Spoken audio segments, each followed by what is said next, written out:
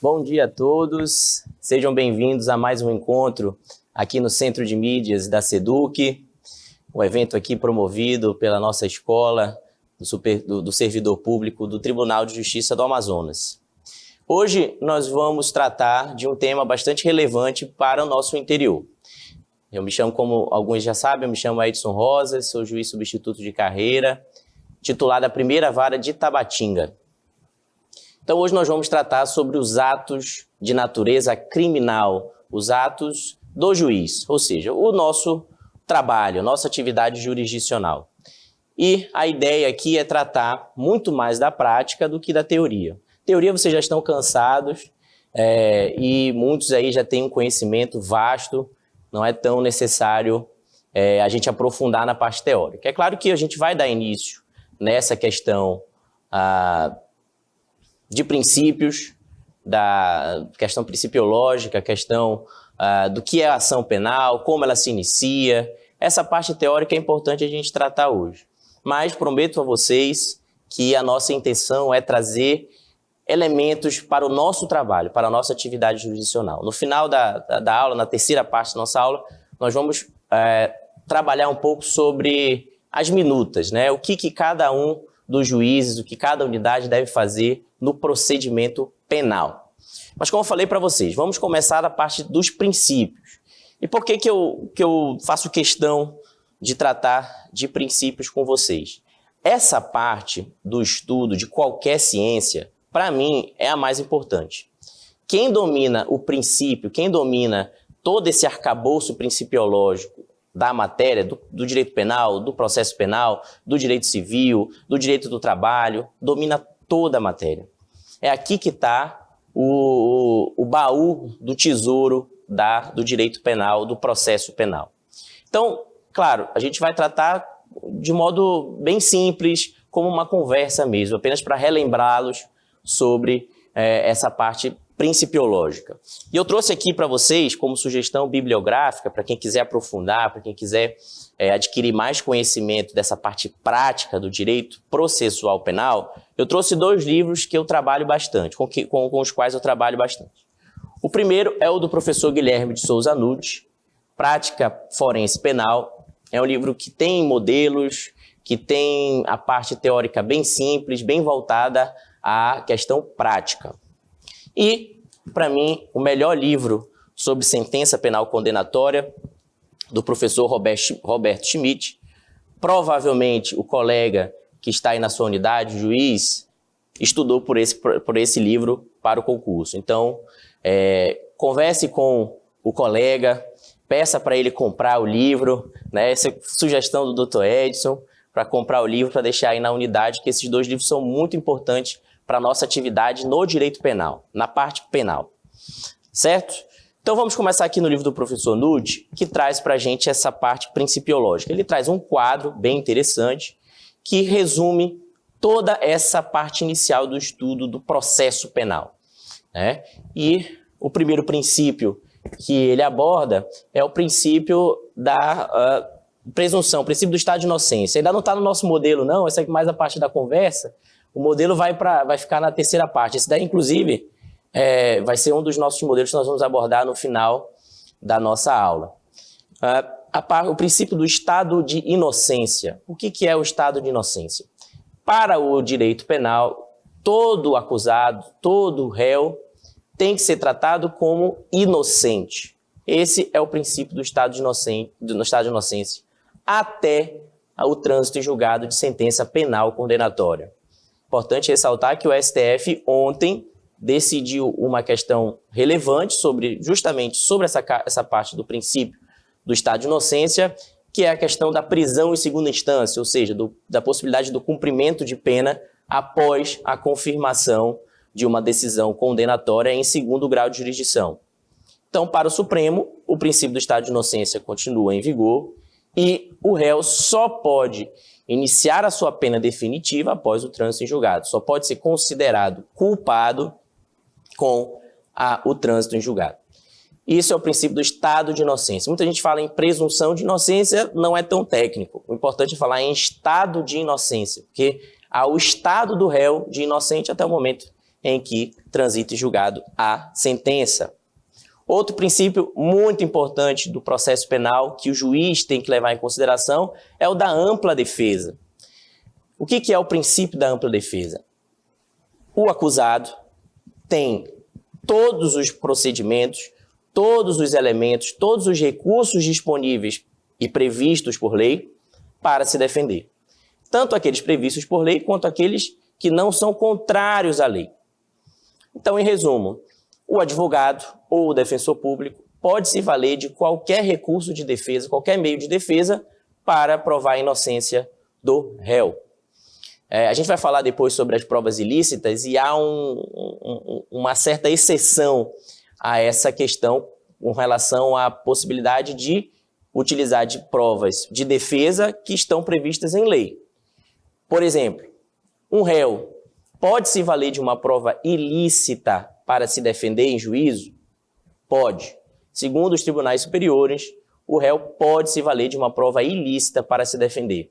Um exemplo, ele faz uma gravação clandestina e nessa gravação clandestina o interlocutor confessa a autoria. Ele pode se valer dessa prova ilícita para se defender? Pode. Isso é o princípio da ampla defesa, que é diferente do princípio da plenitude de defesa, que é um princípio que se vale no tribunal do júri. Qual é a diferença? O princípio da ampla defesa é um pouco mais restrito ao princípio da plenitude de defesa. Quando se fala em plenitude de defesa, você permite que a defesa se valha realmente de qualquer meio para apresentar a tese defensiva perante o conselho de sentença. Essa é a grande diferença. Um é mais amplo que o outro. O terceiro princípio que eu quero abordar com os senhores é o princípio do contraditório. O que é o princípio do contraditório? É o direito de participar do jogo, que a gente chama o jogo do processo. Então, a defesa e a acusação, elas têm o direito de influenciar na decisão do juiz. Por isso é que você que trabalha na parte jurisdicional, quando, por exemplo, o Ministério Público apresenta uma prova no meio da instrução processual, é obrigatório ao juiz ouvir a defesa antes de decidir. E vice-versa, se a defesa traz uma prova que o Ministério Público não tinha conhecimento, cabe ao juiz intimar o Ministério Público para se manifestar. Esse é o princípio do contraditório, o direito de influenciar na decisão do juiz. Próximo princípio, o princípio do juiz natural. Esse princípio, muita gente questiona, né? Mas está um pouco relativizado, nós temos mutirões, nós temos a assessoria virtual, isso não agride o princípio do juiz natural? Não. O princípio do juiz natural, ele tem a função, a finalidade de impedir que haja tribunais de exceção. Aqueles tribunais que ocorreram na Segunda Guerra, como o Tribunal de Nuremberg, que foram instaurados após o cometimento de um crime. Então, digamos que na sua cidade alguém cometa um delito gravíssimo. E após o cometimento, o tribunal resolva instaurar um colegiado para julgar esse processo. Aí sim a gente está falando em agressão, em transgressão ao princípio do juiz natural. O mutirão, a assessoria virtual são possibilidades de você alargar o juiz natural, mas não se agride esse princípio, certo? E existe também o princípio do promotor natural, que é o promotor designado previamente para aquele caso. É a mesma ideia, a mesma finalidade, certo? O princípio da publicidade no processo penal, extremamente relevante. Não preciso ensinar a reza ao vigário, os senhores trabalham com a publicidade cotidianamente, precisam encaminhar as decisões para o Diário de Justiça Eletrônica, precisam permitir que as partes tenham conhecimento dessas decisões, colocam decisões no mural, no átrio do fórum. Isso é o princípio da publicidade. Princípio simples, não vamos tratar muito sobre essa questão.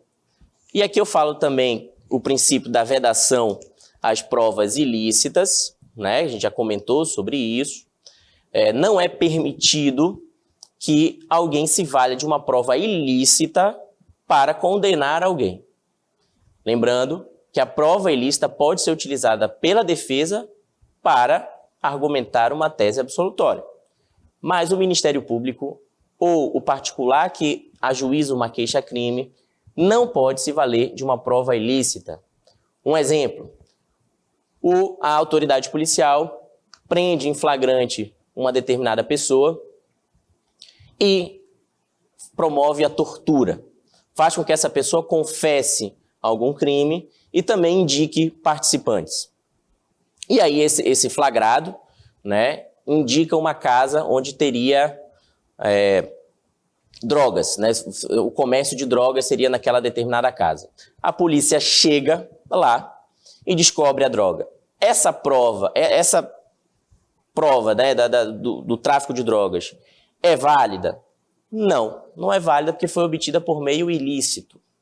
E aí a gente pode falar um pouco também sobre a teoria da árvore dos frutos envenenados, né? Fruits of the Poisonous Tree, que é uma doutrina norte-americana que diz o seguinte: eu vou usar esse mesmo exemplo, se a polícia estava ali, depois da tortura, tentando descobrir uma casa onde se venda drogas, chegando nessa residência descobre também comércio de armas, né? Descobriu de forma eventual, que é a serendipidade, também é outro princípio. Essa prova é lícita? Não, porque embora tenha ocorrido um flagrante nesse caso, esse flagrante decorreu de uma prova ilícita, de uma tortura anterior, ou seja, o fruto de uma árvore envenenada, certo? E isso também é prova ilícita, não pode ser utilizada pelo juiz quando da prolação da sentença. Tome bastante cuidado. O réu pode se valer de prova ilícita? Segundo o STF e STJ, sim. Claro, também não pode torturar ninguém para obter determinada prova, porque estaria cometendo outro delito. Mas de outras maneiras, obtendo provas ilícitas, sim, a defesa pode se valer. Agora o Ministério Público, jamais. Certo? Outro princípio bastante interessante para a gente tratar é o princípio da estrita legalidade. Esse princípio talvez seja o mais relevante do direito penal e do processo penal. Os senhores sabem muito bem o que é o princípio da legalidade, né? Não há pena sem lei anterior que o defina, não há crime sem prévia combinação legal. Princípio da legalidade. Só que no processo penal, esse princípio é levado muito mais a sério. O que isso quer dizer? Que não existe de modo algum qualquer crime sem a previsão legal. Não existe qualquer pena sem uma lei anterior definindo essa sanção. Então, no direito penal e no processo penal, a estrita legalidade é levada a sério. Tá? Por isso que não se pode, por exemplo, ter uma resolução do tribunal prevendo um determinado delito. Não pode. Não pode haver também uma norma expedida por um determinado órgão prevendo um ilícito penal. Tem que ser por lei e, no Brasil, essa lei tem que ser federal, tem que ser uma lei nacional, em verdade. Não pode ser uma lei estadual municipal prevendo pena, ok? Então vamos lá passar um pouquinho mais sobre princípios. É claro, o princípio do devido processo legal também é muito relevante no direito processual penal, porque qualquer prejuízo à defesa pode ser um caso de nulidade do processo. E existe a tal da nulidade de algibeira. O que é a nulidade de algibeira? Nulidade de algibeira é aquela situação que acontece, por exemplo, lá no início do inquérito, a defesa sabe que tem uma nulidade ali e ela espera o processo se arrastar, levar anos, para alegar essa nulidade lá no STF, lá no STJ e conseguir a prescrição punitiva. Isso é nulidade de algibeira. A algibeira é carteira, né? A nulidade que a defesa coloca no bolso, na verdade é bolso, algibeira, coloca no bolso para alegar posteriormente em maior benefício ao réu.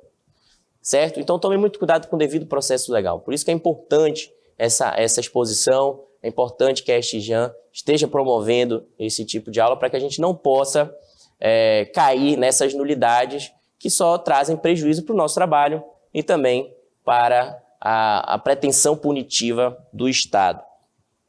Um outro princípio muito relevante no direito penal, no processo penal, e que nós, enquanto juízes, e aí falo no sentido amplo, né, nós, enquanto vara, temos que observar. É o princípio de que ninguém é obrigado a produzir provas contra si. É o nemo tenetur de tegere. É um princípio bastante utilizado, se encontra na exposição de motivos do nosso processo penal, nosso Código de Processo Penal, e é um dos princípios mais relevantes da ciência criminal. O que ele quer dizer? Você não pode obrigar o réu a produzir provas contra si. É exatamente por isso que os colegas, os senhores devem assistir, participar cotidianamente de audiências, certo? Então vocês devem ter ouvido o colega, após as perguntas acerca da vida pregressa do réu, que nessa parte do interrogatório o réu é obrigado sim a responder, nome, endereço, se trabalha, se não trabalha, isso o réu não pode se valer desse princípio para não responder o juiz.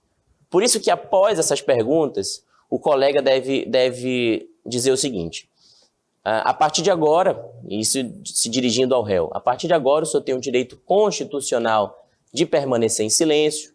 Qualquer pergunta formulada a partir de agora, o senhor não é obrigado a responder, e qualquer pergunta aqui formulada, o senhor pode ficar em silêncio, isso não é levado a seu desfavor. Não é isso que acontece? É justamente a aplicação do princípio do nemo tenetur de tegere. Se o réu não quiser responder algo por entender que produzirá provas contra si, ele não precisa responder. O réu é obrigado a participar da reconstituição da cena do crime? Não, justamente por conta desse princípio. O réu, ou aquele que é abordado pela polícia em blitz, tem a obrigação de utilizar o bafômetro, o teste do bafômetro? Não, porque ele não precisa, ele não é obrigado a produzir provas contra si. Certo? Bom, princípio da iniciativa das partes é um princípio também muito relevante que nós devemos observar. As partes é que devem promover o andamento do processo. Não o juiz deve atuar de ofício. O juiz, a cada dia que passa, deve se valer menos de iniciativa própria e esperar sempre as partes se manifestarem sobre determinada ocorrência, determinada preliminar, prejudicial ou algo relacionado ao próprio mérito. Certo? Bom, outro princípio a ser abordado é o princípio da busca da verdade real, que eu separei aqui para vocês. O princípio da busca da verdade real, por que ele é importante? Porque hoje ele é bem polêmico. O princípio da verdade real consiste na busca pelo juiz, e aí o juiz enquanto vara, todos nós, a busca do judiciário pela verdade mais próxima da realidade. Então, esse princípio ele permite ao juiz produzir, por exemplo, provas de ofício.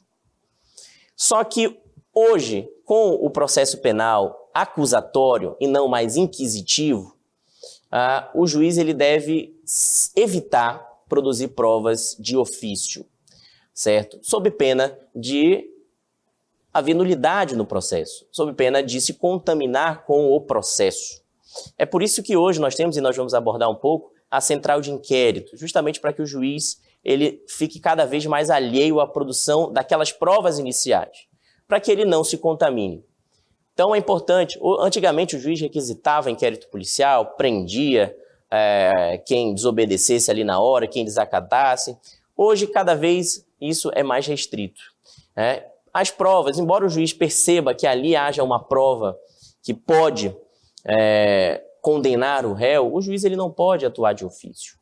O juiz deve permitir que as partes, sim, requeram, e aí ele determina a produção daquela prova. Certo? Então, hoje, o princípio da verdade real, na verdade, em verdade, né? Desculpa aí a repetição, mas é o princípio da verdade processual. Ou seja, A verdade que se encontra nos autos é aquela que deve ser levada em consideração pelo juiz. Tudo que não está nos autos não está no mundo, não é esse o brocardo famoso? E é exatamente isso que acontece hoje no processo penal. Temos que evitar cada vez mais o princípio inquisitivo e adotar o processo penal acusatório. Certo? Vamos lá prosseguir na nossa conversa sobre princípios. Né? Princípio da prevalência do interesse do réu. O que é o princípio da prevalência do interesse do réu? É o indúbio pro réu, o princípio do favor rei. O direito penal é o braço mais forte, é o braço mais violento do Estado. E o nosso Código Penal, embora muitos critiquem, ele ainda se vale de uma mão pesada em determinadas situações. E por essa razão, pelo direito penal ser muito invasivo na vida das pessoas, restringindo alguém da sua liberdade, que é o segundo bem maior que o ser humano tem, né, perdendo apenas para o direito à vida, aí há necessidade de se permitir ao réu sempre, de se dar ao réu sempre a dúvida. Né? Então, por isso que se o juiz, se você aí, enquanto juiz, né, e aí falam no sentido do órgão, tem dúvidas acerca da condenação de determinado acusado, os senhores têm que absolver o réu. É o princípio do favor rei, em favor do réu. Se há dúvidas, absolve, certo? Princípio da duração razoável de prisão cautelar, isso também é um princípio que a gente tem que observar cada vez mais. O CNJ tem cobrado cada vez mais do juiz um olhar mais rigoroso em relação às prisões cautelares, né? E aí a gente também aborda o princípio da legalidade. Só é possível prender hoje em dia de acordo com os ditames da lei. Existe aí a lei do abuso de autoridade, que está prestes a entrar em vigor, né? Tem aí o período de vacatio legis, mas se o juiz não observar as determinações legais, principalmente em relação ao que determina o artigo 312 e o artigo 313 do Código de Processo Penal, o juiz pode, inclusive, responder a um processo de natureza penal por abuso de autoridade. E também, se o juiz permitir que alguém fique preso por mais tempo do que determina a lei, e aí essa prisão totalmente fora da realidade e fora do razoável, também pode responder a um processo por abuso de autoridade.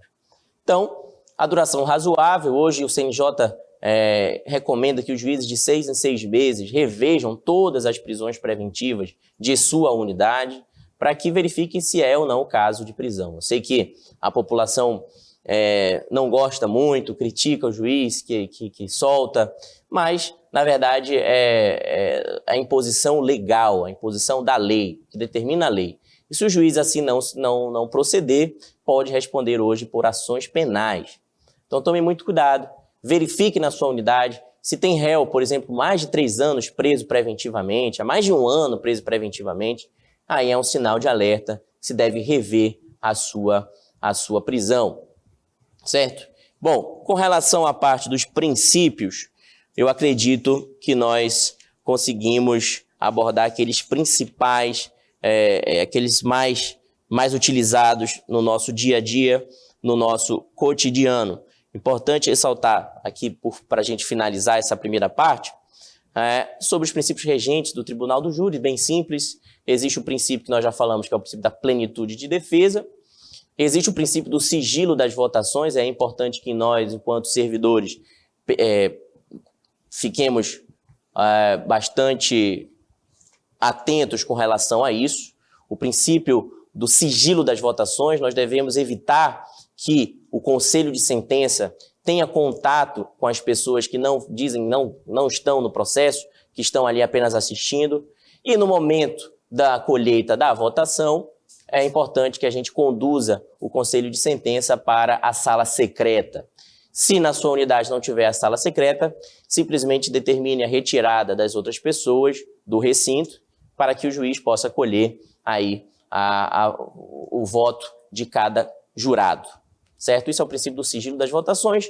E o segundo princípio é o princípio da soberania dos vereditos, né? Por isso que o juiz Quando o conselho de sentença entende pela absolvição, o juiz não pode contestar naquele momento. Ele deve aplicar o que foi determinado, absolvendo ou acusando o réu, de acordo com o entendimento do conselho de sentença. Esse é o princípio da soberania. Inclusive, para você recorrer de uma decisão do tribunal do júri é bem complicado, justamente porque o próprio Código de Processo Penal restringe bastante a possibilidade de recursos no tribunal do júri. Beleza? Vamos agora, então, para a nossa segunda parte, e apenas para a gente fazer um comercial, né? A nossa terceira parte nós vamos colocar, por exemplo, está aí na sua tela, alguns modelos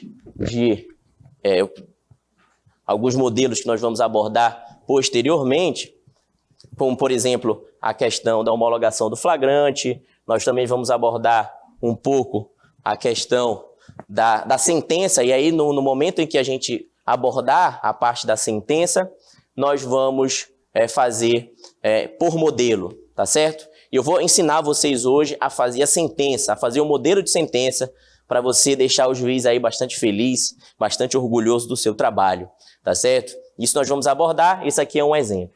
Mas antes da gente entrar nos modelos, eu queria passar para vocês a parte do procedimento, né? Alguns procedimentos que nós adotamos diariamente, certo? E aí eu vou pedir que a gente comece aqui num quadro branco. Peço perdão a vocês, eu vou fazer uma linha que na verdade era para ser linha reta, mas não vai ser linha reta, porque eu não tenho coordenação motora alguma, mas digamos que isso seja uma linha reta, tá?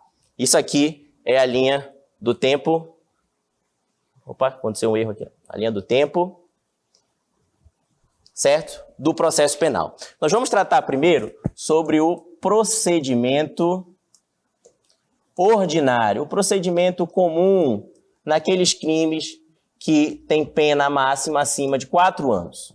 É o procedimento ordinário, aquele que a gente adota com mais frequência, né? Por exemplo, crime de roubo, crime contra o patrimônio de uma maneira geral, crime contra a dignidade sexual, os crimes de violência doméstica, eles devem observar, em regra, o procedimento ordinário ou o procedimento sumário, que também a gente vai abordar. O sumaríssimo na violência doméstica, não, porque a própria Lei 9.099 veda a aplicação do princípio, a aplicação do juizado criminal, das regras do juizado criminal em crimes de violência doméstica. Mas vamos começar aqui no nosso procedimento ordinário. Bom, o processo penal, ele inicia na parte do inquérito policial, certo? Do inquérito policial. Deixa eu botar aqui. Bom, essa parte do inquérito policial ainda não é o processo penal. Isso aqui é um procedimento de colheita de elementos de informação para o Ministério Público basear, aí sim, a sua ação penal, certo? Hoje, com a implantação da central de inquéritos, o que o juiz faz? O juiz ele homologa o flagrante, digamos que seja um caso de flagrante, ele homologa na audiência de custódia e encaminha o procedimento para a central de inquéritos ou diretamente para o Ministério Público. E aí, a parte do inquérito policial, o juiz só tem contato naqueles pedidos de liberdade, naqueles pedidos de busca e apreensão, enfim. Fora isso, o juiz deve evitar ao máximo ter contato com o inquérito policial. Após a colheita dos elementos de informação na parte do inquérito, o Ministério Público, então, apresenta a sua denúncia. Certo?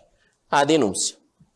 Nesse momento, você, servidor da vara, vai encaminhar o processo concluso ao magistrado para que ele analise se a denúncia obedece àquilo que o artigo 41 do CPP exige. Se sim, e a gente vai abordar o artigo 41 nos nossos modelos, o juiz vai receber a denúncia.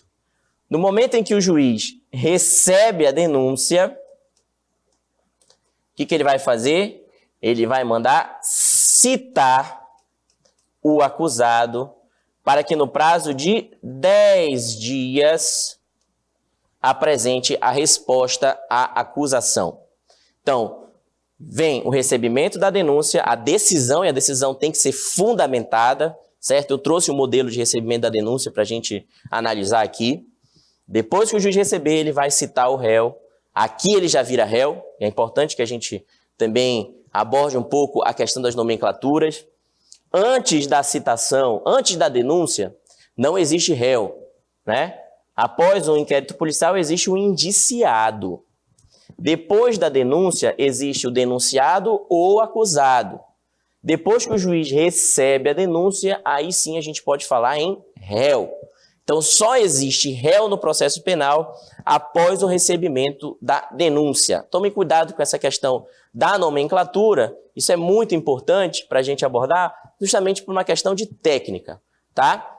Antes da denúncia, indiciado ou, enfim, investigado, né? No momento da denúncia, nós temos o denunciado ou acusado. No momento do recebimento da denúncia em diante, nós temos o réu, certo? 10 dias para a resposta à acusação. Então, você vai citar o réu pessoalmente e ele vai apresentar a sua resposta à acusação, nos termos do artigo 396-A do Código de Processo Penal. Certo, se fosse simples, seria uma maravilha, não é? Nós sabemos o déficit de advogados e de defensor público no nosso interior, correto? Ok, mas o que nós devemos fazer aqui nesse momento? Primeiro, citar o réu pessoalmente. Se ele for encontrado e em 10 dias ele não apresentar a sua resposta à acusação, o que nós devemos fazer? Encaminhar um ofício ao defensor público geral para que ele indique um defensor público para assumir aquela causa, certo? Então, é esse o procedimento que se recomenda. É claro que demora, às vezes o defensor público geral não responde e o processo fica parado. É realmente muito ruim para a gente que precisa cumprir metas, né? Só que o que você vai fazer? Você tem que ficar sempre acompanhando. Geralmente o ofício para o defensor público geral tem um prazo de 30 dias. Se ele não responder nesse prazo de 30 dias, o que nós vamos fazer? Nós vamos então nomear um defensor dativo. Aí sim é o momento do defensor dativo. Você vai nomear algum advogado e aí nessa decisão você vai notificar a Procuradoria-Geral do Estado para se manifestar sobre a nomeação desse defensor dativo. Geralmente, nas minhas decisões, eu coloco o seguinte: nomeio o advogado X para assumir a defesa do acusado, né, para apresentar a resposta à acusação. Seus honorários serão fixados quando da prolação da sentença e determino a notificação da Procuradoria-Geral do Estado para se manifestar nos autos, para ter ciência. Assim, você possibilita que o acusado, que o réu, você possibilita que aquele advogado receba, de fato, os honorários fixados quando da prolação da sentença. Ok? Depois da resposta à acusação, você vai encaminhar novamente para o juiz, né? Aqui, novamente, você vai encaminhar para o juiz, que vai analisar se é caso de absolvição sumária ou é caso de rejeição da denúncia. Se não for caso de absolvição sumária ou caso de rejeição da denúncia, o juiz então vai pautar a audiência de instrução e julgamento, a nossa querida AIJ. É importante, essa decisão do juiz aqui, ela tem que ser fundamentada. Decisão fundamentada, certo? O juiz ele só pode afastar tese de absolvição sumária ou rejeição mediante uma decisão fundamentada, certo? O juiz fundamentou e falou, olha, não é caso de absolvição sumária, não é caso de rejeição da denúncia, paute-se a audiência de instrução e julgamento.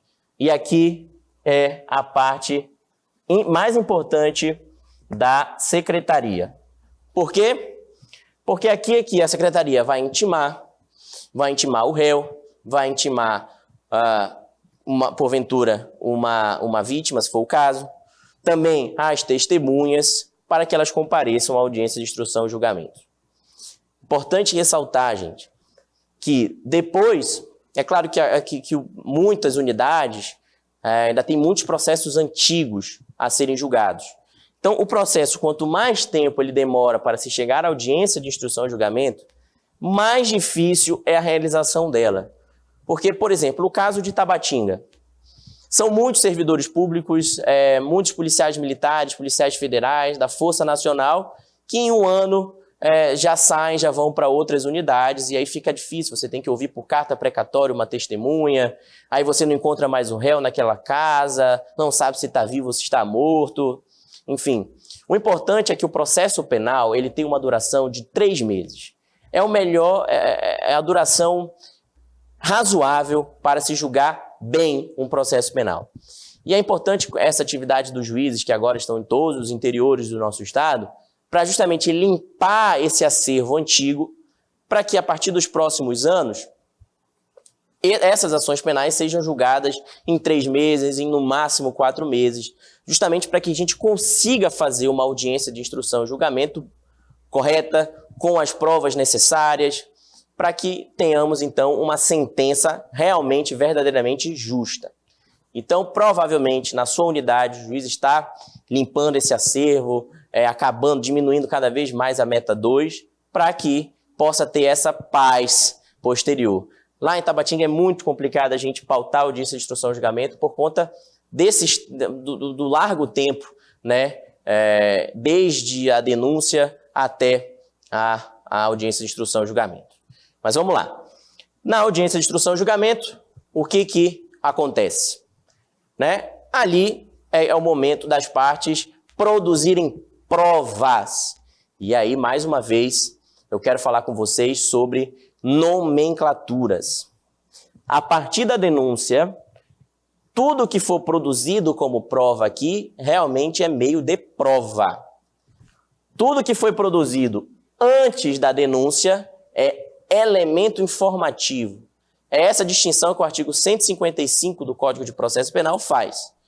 Tudo que for antes da denúncia, elemento informativo. Tudo que for produzido após a denúncia é prova. Então, aqui na audiência de instrução e julgamento, é o momento e a oportunidade das partes produzirem provas. E, bom, 99% dos casos no interior são audiências de instrução e julgamento simples, né? Com um procedimento mais singelo. Geralmente, quando são crimes muito complexos, aí nós temos que determinar a perícia, ouvir o perito, fazer acariações. Aí, naquele momento, às vezes, a defesa ou a acusação pede a produção de determinada prova e tem que adiar a audiência. Mas o nosso interior é um pouco mais fácil, né? Aqui, geralmente, a gente vai começar o procedimento de AIJ ouvindo primeiro a vítima. E aí eu vou colocar aqui, eu acho que eu vou fazer um outro quadro para a gente ter uma visão um pouco melhor. AIJ, tá? Primeiro, o que nós vamos escolher? Declarações da vítima.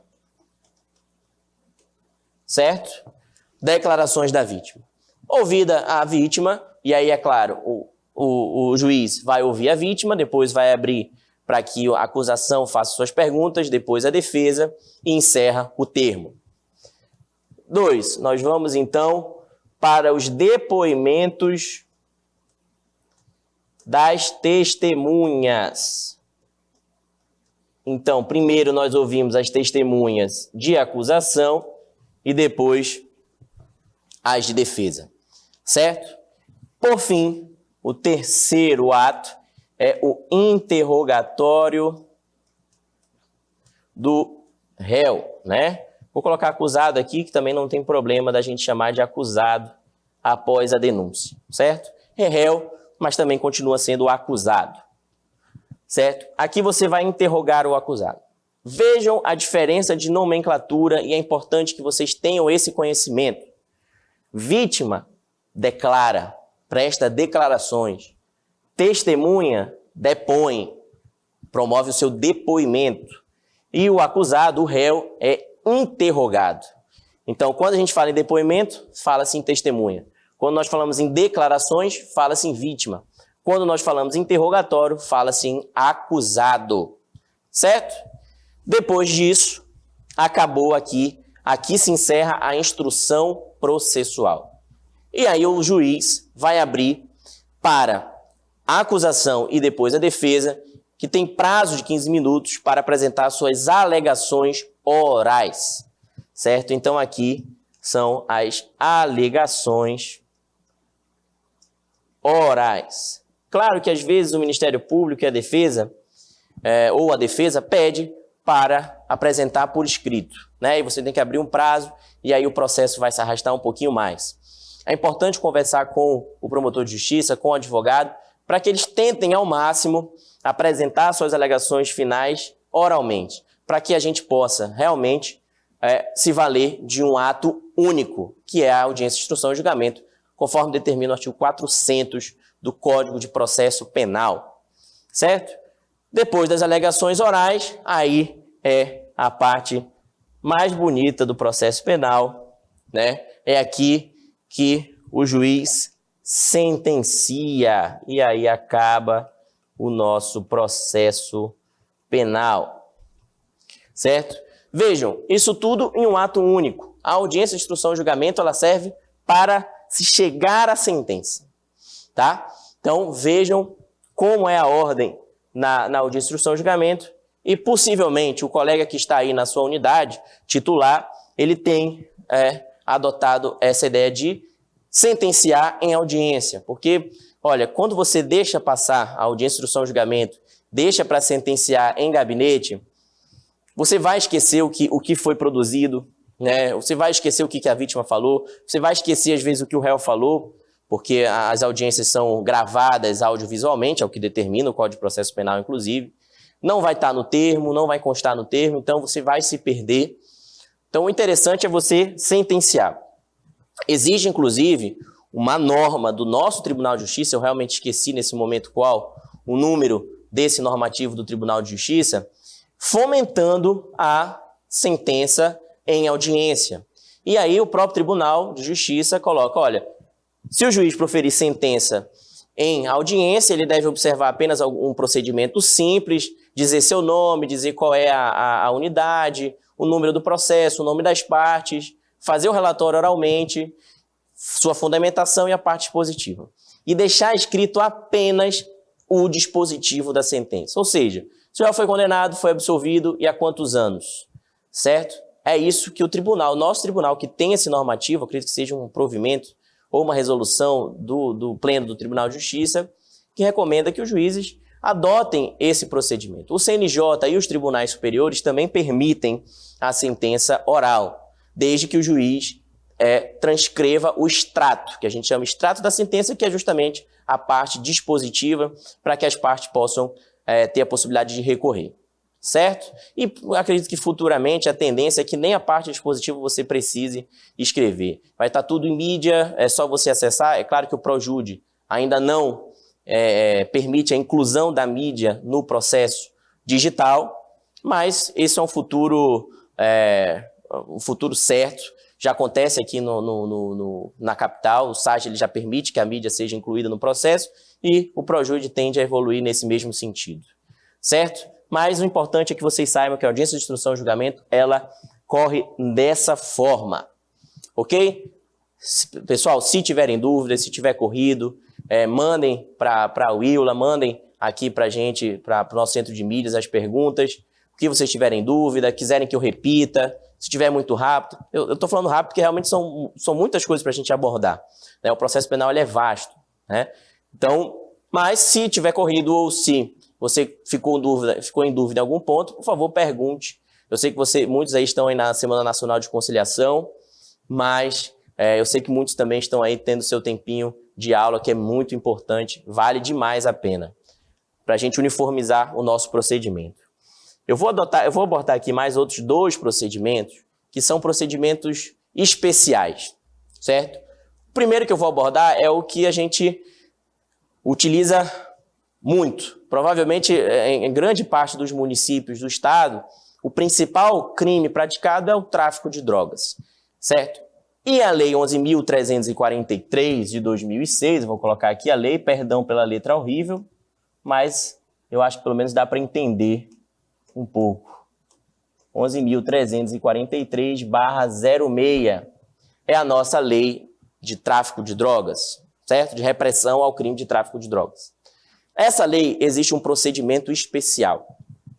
É um procedimento que parece bastante com o ordinário, mas ela tem uma peculiaridade que você não pode deixar passar despercebido, certo?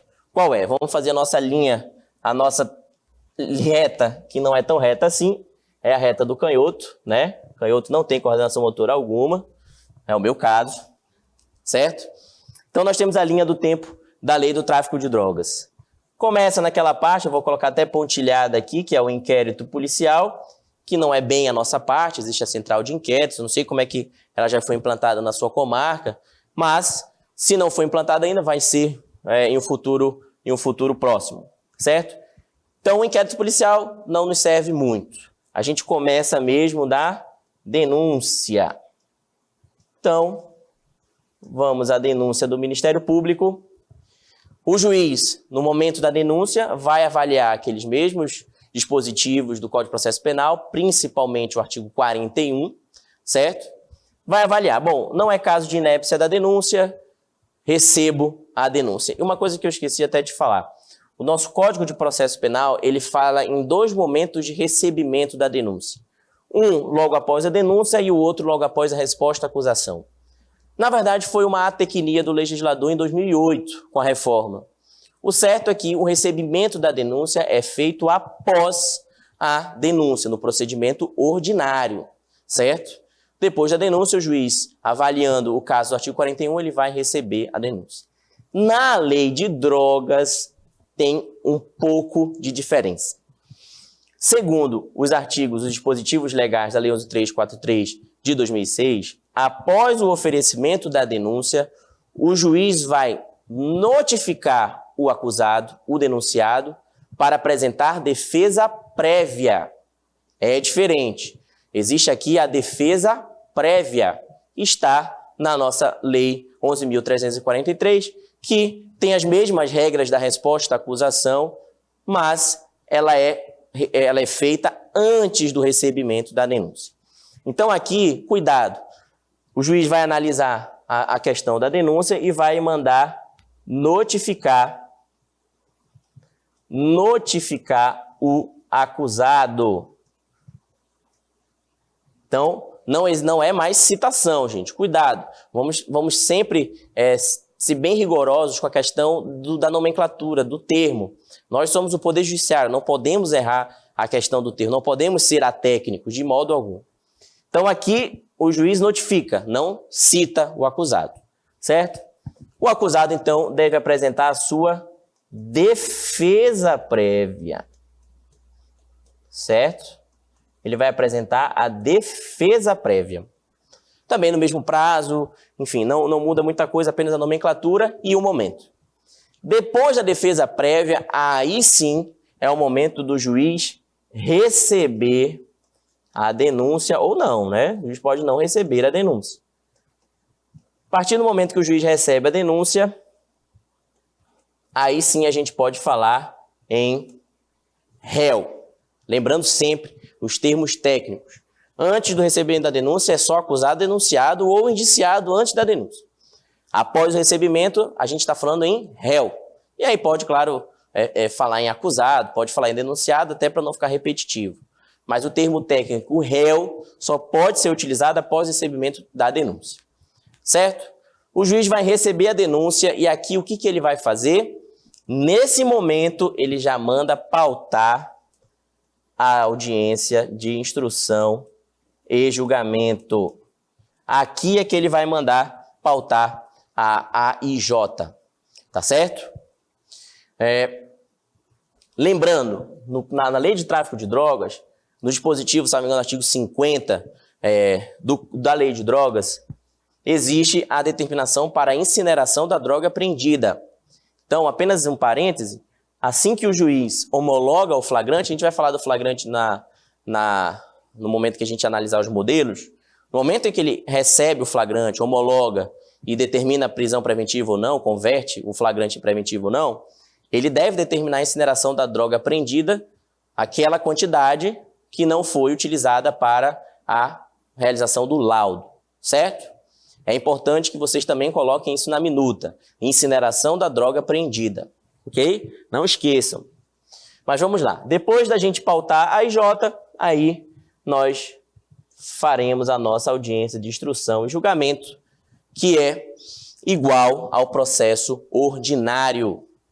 Outra coisa muito importante na lei de drogas, que é o procedimento que a gente adota quase que todo dia. O laudo toxicológico, o laudo de constatação definitivo da droga apreendida. Isso, é claro, é uma grande novela, porque nós, no interior, temos que encaminhar para a capital, para o Instituto de Criminalística, para que aqui seja realizada o laudo. E é claro que o Instituto de Criminalística, que recebe esses pedidos de todo o interior e da capital, não tem condições de remeter com uma certa agilidade. É importante que você, enquanto servidor, desde o momento em que recebe o processo penal, a denúncia, faça, oficie, expeça novo ofício, reitere sempre o retorno do laudo de constatação, laudo definitivo, certo? Não deixe para o final o ofício para o Instituto de Criminalística encaminhar o laudo, certo? Por quê? Porque o laudo de exame, sem o laudo de exame definitivo, em regra, o juiz tem que absolver o acusado. Eu digo em regra porque o STJ e o STF têm posicionamentos excepcionando a condenação no caso de tráfico de drogas quando não se tem o laudo definitivo. Para que a gente não chegue nesse momento, eu vou falar sobre esse precedente, é importante que você, aí na unidade, pegue os processos de tráfico de drogas e reiterem os ofícios, ligue para o Instituto de Criminalística até que eles encaminhem para que o juiz possa, sim, ter elementos suficientes para analisar se é caso de condenação ou caso de absolvição, certo? Com relação ao precedente que excepciona, o que o ministro Reinaldo da Fonseca fala em seu julgado, que é um julgado que tem sido repetido por outros ministros. No caso de tráfico de drogas, a regra é só condenar com a existência de laudo de constatação, laudo definitivo de constatação nos autos. Mas, se não for o caso de só tem um laudo preliminar, é preciso que esse laudo preliminar de constatação tenha sido assinado por um perito da Polícia Civil, certo? Tenha sido assinado por um perito. Essa droga apreendida seja uma droga de fácil constatação, geralmente maconha, cocaína, pasta base de cocaína, que são de fácil constatação, e tenha sido objeto de contraditório. Aí sim é o caso de condenar, mas é uma exceção. Tome muito cuidado. Por isso, reiterem o ofício ao Instituto de Criminalística, para que os processos penais da lei de drogas tenham o seu laudo definitivo. Perfeito? Entenderam a questão do procedimento? Aqui na IJ o juiz vai proferir sentença e depois remete-se os autos ao Tribunal de Justiça em caso de recurso. Ok? Tudo bem até aí?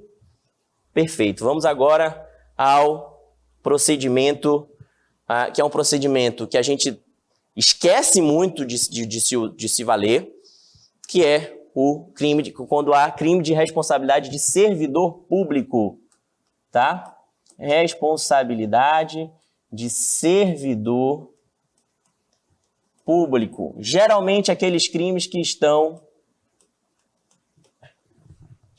são abarcados pela meta 4 do CNJ. Responsabilidade do servidor público. E onde é que está esse procedimento? A partir do artigo 513 do Código de Processo Penal, certo? Então, chegou uma denúncia, tá? A gente vai fazer a nossa linha. Chegou uma denúncia contra um servidor, um crime de peculato, um crime de corrupção, certo? Chegou uma denúncia e agora? A gente manda a conclusão para o juiz receber a denúncia. Como é que faz? Vamos lá. Vamos aqui a nossa reta, mais ou menos, né? Aqui a denúncia, certo? O que você, enquanto servidor, vai fazer? Vai notificar o denunciado ou acusado para que ele, no prazo de 15 dias, apresente a sua defesa preliminar, certo? Defesa preliminar. Veja só, aqui são 15... Opa! Como é que apaga aqui, né? Aqui são... Vou colocar aqui, ó. 15 dias. É diferente. 15 dias. Certo? Ele vai apresentar a sua defesa preliminar. Depois que ele apresenta a defesa preliminar, aí o juiz vai receber a denúncia. Aí você vai mandar concluso para o juiz receber ou não a denúncia. Depois que o juiz recebe a denúncia, aí o que ele vai fazer? É parecido com o tráfico de drogas? Aqui não. Depois que ele receber, aí, de acordo com o artigo 396 do CPP, ele vai citar o réu, aqui já réu, recebeu a denúncia, para, no prazo de 10 dias, apresentar a sua resposta à acusação. Então, gente, quando tiver servidor público como réu, tem que adotar esse procedimento. Primeira defesa preliminar, recebeu a denúncia, aí nós temos ainda a resposta à acusação. O CPP aqui tinha a intenção de proteger o servidor público contra perseguições, enfim. Então, deu a oportunidade dele ter duas peças defensivas nos autos, certo? Contra uma peça acusatória. Tá? Então, resposta à acusação. Depois da resposta à acusação, aí o juiz, você vai mandar de volta para o juiz, ele vai analisar se é caso ou não de absolvição sumária, de rejeição da denúncia, e vai aqui, aqui sim, ele vai pautar a IJ, certo? Aqui ele pauta a IJ, juiz, certo? Lembrando, essa decisão é fundamentada, essa decisão tem que ser fundamentada, ok? O juiz, então, pauta a audiência de instrução e julgamento e aqui profere a sua sentença. Lembrando sempre, é importante que o juiz sentencie na audiência de instrução e julgamento, para que o processo não fique parado por muito tempo. Sentenciou, aí é caso de recurso. E aqui, gente, a gente se enrola bastante com a meta 4 por conta desse processo, por conta desse procedimento. Realmente é um procedimento muito longo, extenso, às vezes a gente encontra o acusado para a defesa preliminar, passam-se os anos e aí na resposta à acusação já não encontra mais.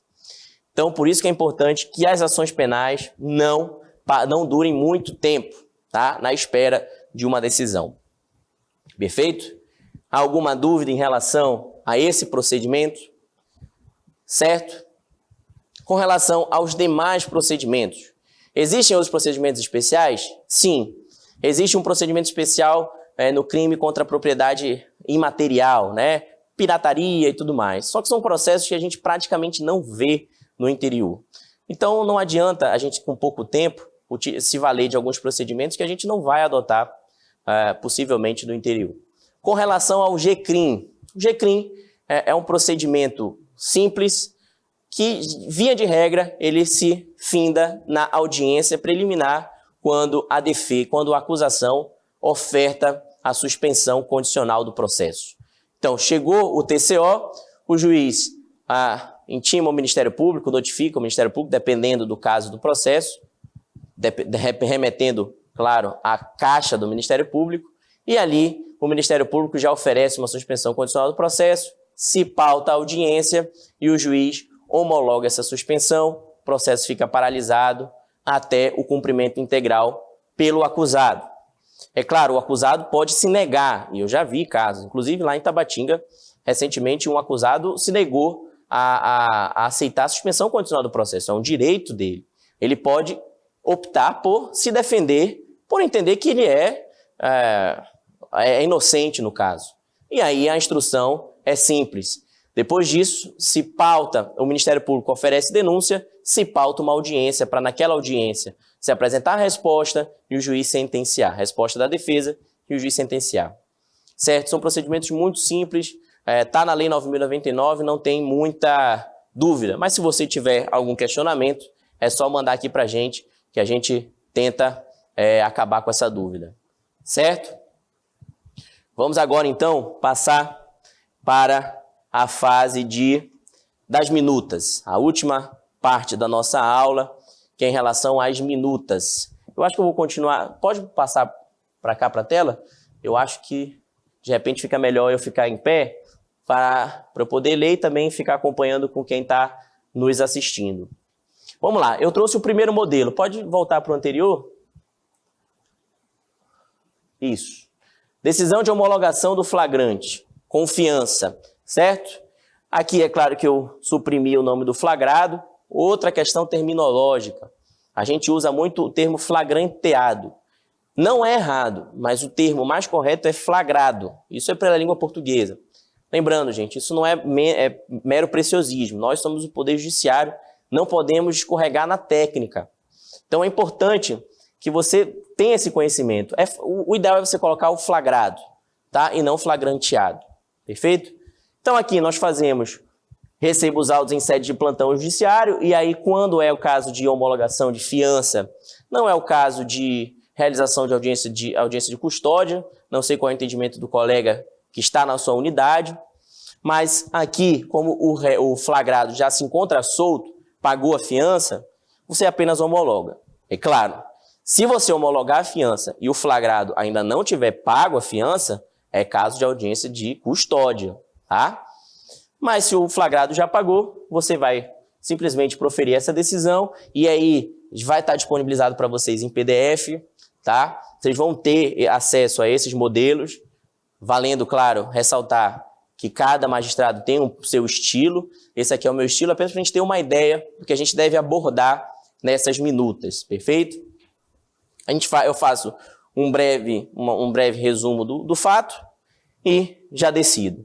Aqui, geralmente, coloco análise dos documentos constantes dos autos, verifico o procedimento adotado pela autoridade policial enquanto conformidade com a legislação, os termos do artigo 302 do CPP, né, constando os documentos exigidos pela norma processual criminal. Pode passar.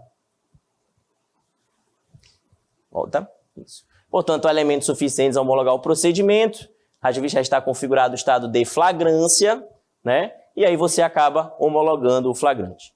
Com relação à fiança arbitrada, também coloco. Seguiu as imposições legais contidas nos artigos 322 e seguintes do CPP, não havendo qualquer irregularidade em ensejar sua cassação ou revogação. Perfeito? Claro, o que é a cassação? É quando a fiança foi arbitrada contrariamente às normas legais. O juiz cassa a fiança. Agora, quando o juiz entende que não é oportuno e conveniente a manutenção da fiança, porque o flagrado, por exemplo, não tem como pagar a fiança e a gente não tem prisão por dívida no nosso país, ele pode revogar a fiança, certo? E aí, no caso, não vislumbra-se a necessidade de conversão da prisão em flagrante, da prisão em flagrante em preventiva, não havendo qualquer dos requisitos dos artigos 312 e 303 do CPP, homologa-se o flagrante, a fiança arbitrada e depois remete os autos ao Ministério Público ou para a Central de Inquéritos. Perfeito? Vamos para o nosso próximo modelo. Quero chegar ainda com vocês no modelo de sentença. A gente aprender a fazer sentença. Aqui é em relação à homologação também de flagrante em crime de tráfico de drogas, né? Também simples, um breve resumo do fato. E aqui, praticamente, aquela mesma redação. Há elementos suficientes a homologar o procedimento. Encontram conformidade com o artigo 302 e seguinte do CPP, razão pela qual se homologa o flagrante. E aqui a gente já tem que abordar a questão da por que não se converte a prisão em preventiva. Geralmente eu analiso a primariedade, né? O flagrado, por exemplo, não tem registro criminal, é a primeira vez que ele foi preso. Lembrando que no crime de tráfico de drogas, a gente já pode passar para a próxima folha.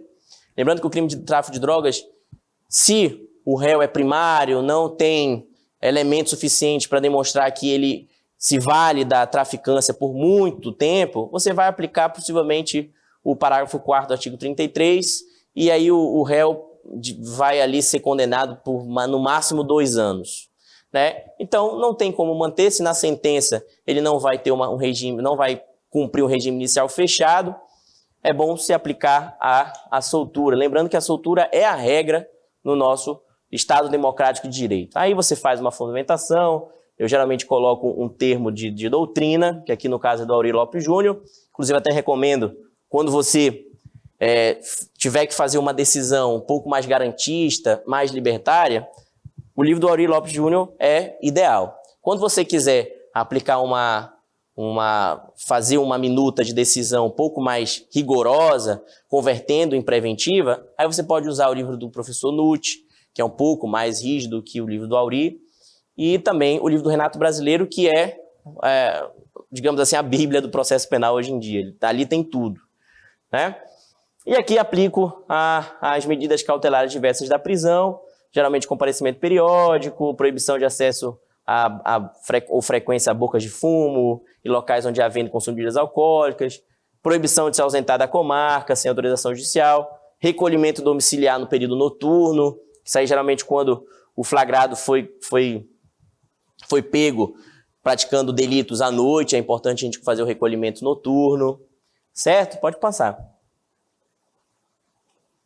Aí se homologa o flagrante, se concede então a liberdade provisória sem arbitramento da fiança, com aplicação das medidas cautelares. Aqui é importante, espécie o respectivo alvará de soltura pelo BNMP-CNJ. Não esqueçam do BNMP.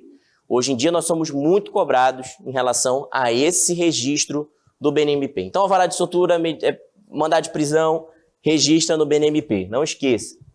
Aqui a ciência dos flagrados, né, em caso de descumprimento das medidas cautelares, poderão ser aplicadas a prisão preventiva novamente.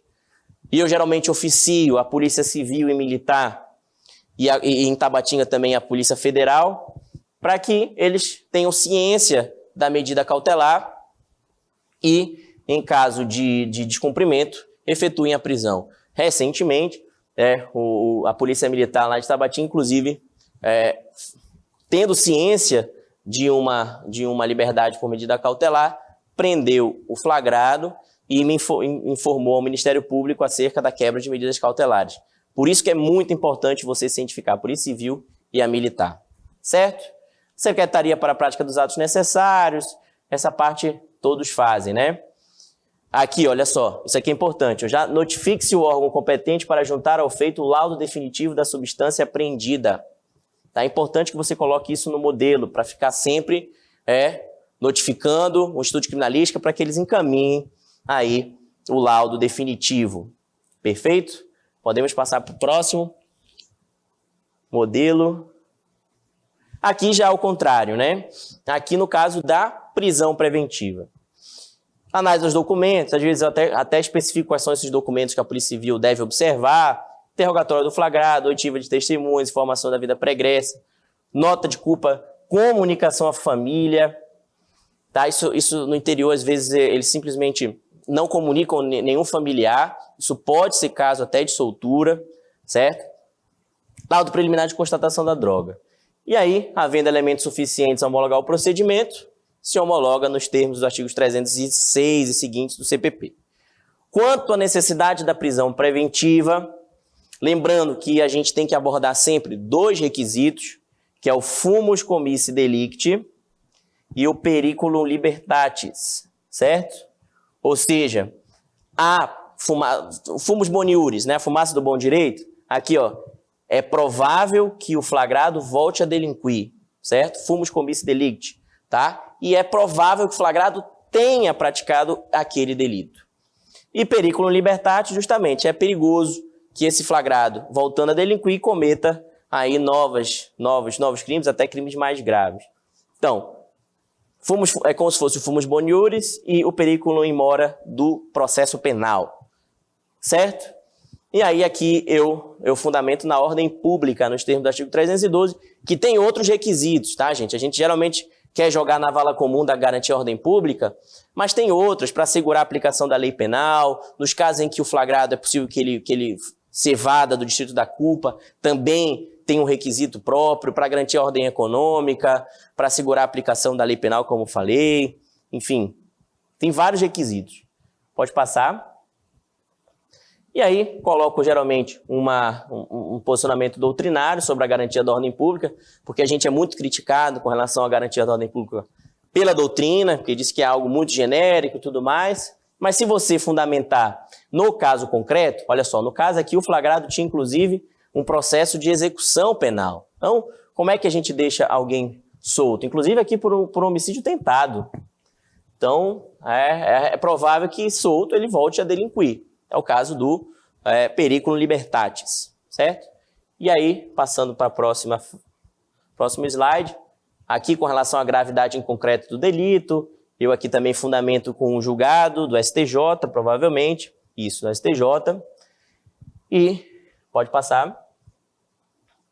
E aí homologo o auto de prisão em flagrante, convertendo ao flagrante em preventivo.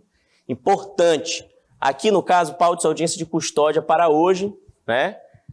Eu já decidi, às vezes, quando é um caso de urgência, né? Quando há necessidade de você converter logo, eu já faço via decisão judicial e já mando pautar audiência de custódia. Nesse caso aqui, provavelmente a SEAP não tinha condições de conduzir o preso até o fórum, né? A gente tem essa dificuldade de estrutura. Importante a gente sempre observar que a audiência de custódia é obrigatória, a gente tem que fazer, certo? Espécie o respectivo mandado de prisão via BNMP, CNJ, perfeito? Não esqueça do BNMP, CNJ. Aqui eu já determinei, como ele respondia a uma execução penal, estava no semiaberto, eu determinei que a secretaria extraísse cópia desse procedimento e juntasse na execução penal para fins de regressão do regime. Como eu sou juiz também da execução penal, fica até mais fácil. Mas é importante a gente ter esse controle. Se você é de uma vara que não é da execução penal, com mais razão ainda você deve extrair cópia e mandar para o juiz da execução para que ele tenha ciência que aquele réu, que aquele executado, né, o reeducando que a gente chama, ele cometeu um delito e vai possivelmente regredir de regime. Certo? Após cumprimento das diligências, remete-se os autos ao Ministério Público. Hoje em dia, eu já coloco a central de inquéritos, nessa época ainda não tinha nossa central, né? E pronto. Perfeito? Alguma dúvida? Se tiver dúvida, por favor, encaminhe qualquer pergunta, qualquer questionamento. Com relação agora ao recebimento da denúncia, aqui eu trouxe para vocês uma minuta de recebimento da denúncia. Primeira coisa, aquele relatóriozinho básico, para a gente se situar. Eu geralmente aqui, o próprio Projude já coloca o número do processo, autos número X, certo? E depois do breve relatório, aí eu elenco todas as exigências do artigo 41 do CPP, lembra que a gente conversou sobre esse dispositivo? Quais são as exigências do artigo 41? Para que a denúncia seja recebida, o promotor de justiça não pode esquecer da descrição do fato, com as circunstâncias, qualificação do acusado, classificação do crime, rol de testemunhas, quando necessário, então não é obrigatório, pedido de condenação, isso aqui é bastante importante, endereçamento, no caso ao juiz, nome e assinatura. Então, no caso, entendo que o Ministério Público atendeu sim esses requisitos, e aí aqui você tem que também se manifestar sobre a justa causa, ou seja, se há indícios suficientes de autoria e prova da materialidade, perfeito? Tem que verificar se há indícios de autoria e prova da materialidade para você poder receber a denúncia. Se não tiver provas suficientes, o juiz deve indeferir de plano a inicial acusatória, beleza? Então aqui a gente analisa, vê que há indícios de autoria e materialidade, coligido já na fase do inquérito. Pode passar. Aqui eu coloco na fase processual, vigora o princípio do indúbio pro società, é diferente do dúbio pro réu, né? Aqui, havendo indícios de que houve o crime, é importante que se instaure o processo penal. Há posicionamentos divergentes na jurisprudência atualmente? O STF recentemente teve um julgado que determinou a aplicação do próprio indúbio pro réu já nessa primeira fase. Mas isso daí é um julgado isolado, eu acredito que a tendência é que se mantenha a observância do indúbio pro societá nessa primeira fase, essa fase preliminar. Certo? E aqui coloco mais uma vez indícios de autoria e materialidade no inquérito policial, coloco um julgado daqui do Tribunal do Maranhão, nesse caso aqui foi o STJ, foi o TRF3, aqui. Pode passar. Forte em estágio de fundamentos, recebo a denúncia, a hora oferecida, determinando a citação dos acusados para apresentarem resposta à acusação no prazo de 10 dias, com fulcro no artigo 396, caput do CPP. E aqui, olha só, eu já deixo claro que não apresentando a resposta à acusação no prazo legal, determina a secretaria que oficia ao defensor público geral para, no prazo de 10 dias, designar membro daquele órgão para assumir a defesa dos réus. Em regra, são 30 dias, gente, mas quando o processo já é muito antigo, ou então de réu preso, dá para você diminuir esse prazo de resposta do defensor público oficial, defensor público geral. Em caso de não haver resposta, retorne os autos conclusos para a nomeação de defensor dativo. Se o colega, o juiz, já tiver expedido uma portaria de ato ordinatório e já tiver uma lista de defensor dativo, ele nem pede a conclusão. A própria secretaria já nomeia o defensor dativo e já volta para o juiz apenas após a resposta à acusação. Perfeito? A resposta à acusação é uma decisão simples, mas que deve ser bem fundamentada. Perfeito? Alguma dúvida? Podemos prosseguir. Com relação ao recebimento do tráfico de drogas, eu vou mostrar só a parte final. Isso tudo é igual? Pode passar.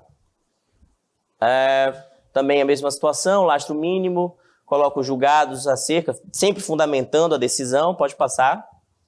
A única diferença, recebo a denúncia hora oferecida, determinando seja pautada a audiência de instrução e julgamento com fulcro no artigo 56 da Lei 11.343 de 2006. Aqui o recebimento não cita mais o réu, certo? O réu já apresentou, no caso o acusado, já apresentou sua resposta antes do recebimento da denúncia. Aqui o juiz já pauta a audiência de instrução e julgamento. Nessa decisão, o juiz já deve apreciar alguma tese de defesa sobre absolvição sumária, sobre rejeição da denúncia. Então, aqui você tem que fundamentar. Olha, eu não acato a tese da absolvição sumária por conta disso. É a fundamentação do juiz. Perfeito? Aí eu coloco aqui também a imediata incineração das drogas apreendidas nos termos dos artigos 50 seguintes da supracitada Lei 11.343 de 2006. Tá? Será que atrair para providências? Aqui provavelmente já tinha o laudo definitivo, antes mesmo do recebimento da denúncia. Por isso que eu não determinei a notificação do órgão do Estado para a apresentação do laudo definitivo. Pode passar. Decisão de violência doméstica, medida protetiva de urgência. Aqui também foi um caso de flagrante, de 2 supostos dispositivos legais, né? O 129, parágrafo 9º, 147, suposta prática desses delitos. Aqui tudo normal, recebimento, pode passar. Já passou, né? Aqui a gente homologa e depois aqui a gente já analisa se é caso ou não de aplicação de medida protetiva de urgência. E aí eu geralmente coloco, quanto ao caso concreto, ao analisar as declarações da vítima perante a autoridade policial, verifique que o caso se amolda ao conceito de violência doméstica, sendo correto socorrer-se das regras contidas na Lei 11.340 de 2006. Certo? Pode passar. E aí, configurados os requisitos, aqui sim, fumus boniures e periculo in mora, verifique se deve aplicar as medidas, né? A aplicação das medidas. E aí, gente, é importante isso daqui, ó, fixar prazo de validade, prazo de efetividade dessa medida protetiva de urgência, certo? Por quê? Porque quando você não tem prazo, aí se eterniza, se perpetua uma medida protetiva. Eu coloco o prazo de 10 meses, após esse prazo a secretaria certifica que se terminou o prazo, retorna concluso para que eu intime pessoalmente a ofendida para que ela informe se ainda tem ou não interesse na manutenção das medidas. Se ela disser que não tem, se for um processo apenas de medida protetiva de urgência, você já extingue, certo? Aí aqui eu aplico geralmente aquelas medidas protetivas que são a regra, né? proibição de aproximação, contato e frequência locais com a intenção de se encontrar com a ofendida, encaminhamento da ofendida ao programa oficial ou comunitário de proteção ou de atendimento pelo CREAS, é importante você colocar isso, principalmente quando essa ofendida, por diversas vezes, já sofreu supostas violações, suposta violência, então é importantíssimo. Pode passar. E aqui é interessante, alguns colegas não fazem, mas eu aplico geralmente multa diária por descumprimento.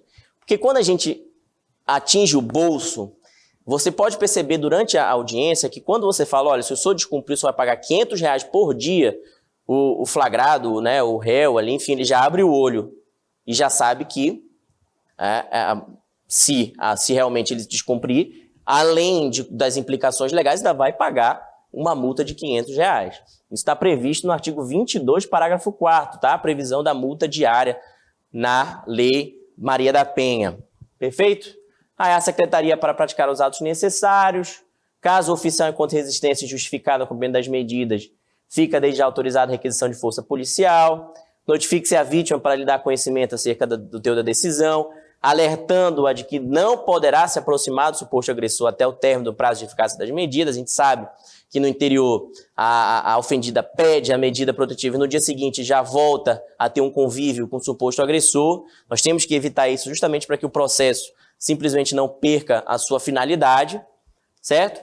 Cientifique o suposto agressor de que o descumprimento das medidas protetivas poderá ensejar a decretação de sua prisão preventiva e também se configura o crime do artigo 24A da Lei 11.340 de 2006. Uma inovação recentíssima na Lei 11.340, determina que o juiz ou autoridade policial, desde já, efetue a apreensão de arma de fogo do suposto agressor. Então, hoje, eu coloco na minha decisão o seguinte, determino desde já a apreensão de arma de fogo que eventualmente o agressor tenha em sua residência ou tenha em seu poder, em posse ou porte. Isso é importante, gente, é uma inovação recentíssima.